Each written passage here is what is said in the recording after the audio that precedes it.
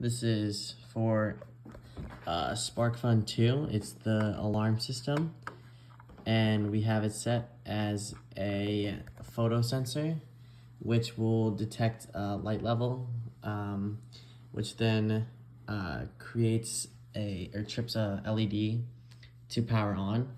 And then we have a bunch of if statements. So if that pin is read as high, then these other two lights will turn on, as well as a song which I coded for. It's this short little song from a movie about a crocodile, a singing one. And then we have, if a button is pressed during that, it'll de-arm all of the alarm systems for 5 seconds, and then it'll start back up again.